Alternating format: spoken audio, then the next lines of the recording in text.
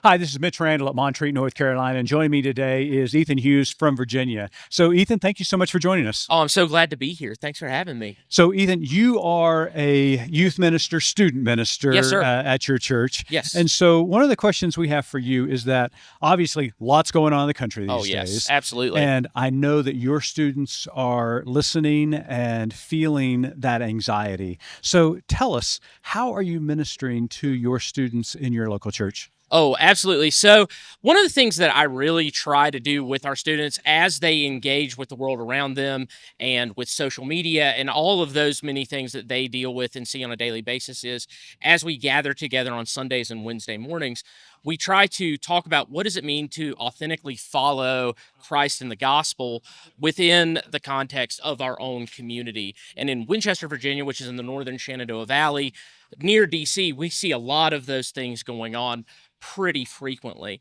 And as we do, we talk about how can we as a community within our downtown area work together to show the gospel and the love of Christ to our neighbors as we see them in our community, which I have found has created a really nice, hopeful message for our students. That does not always curb all the anxiety, but it has helped shape kind of how we go about working with one another to create something that does provide hope to our community. You mentioned social media, and I know that's a big part of student life. Oh, absolutely.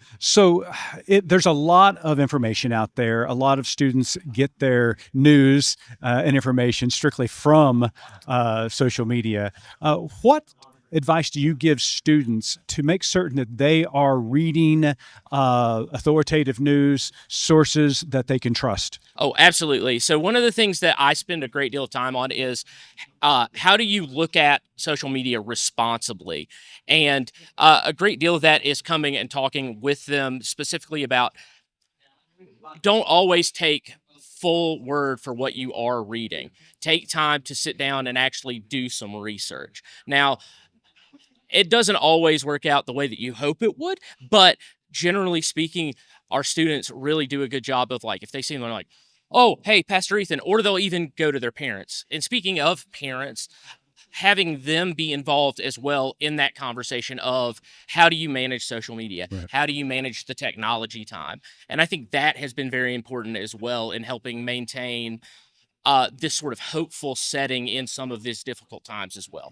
And I'm sure some of your students are wanting to get engaged in some of the protests that are happening across the country right now. What advice do you have to parents as well as students who want to be more engaged? Oh, absolutely. And I think, as and I have spoken with our students on this specifically, it is important that they are allowed to share their voices and be a part of those protests, but they must do it safely.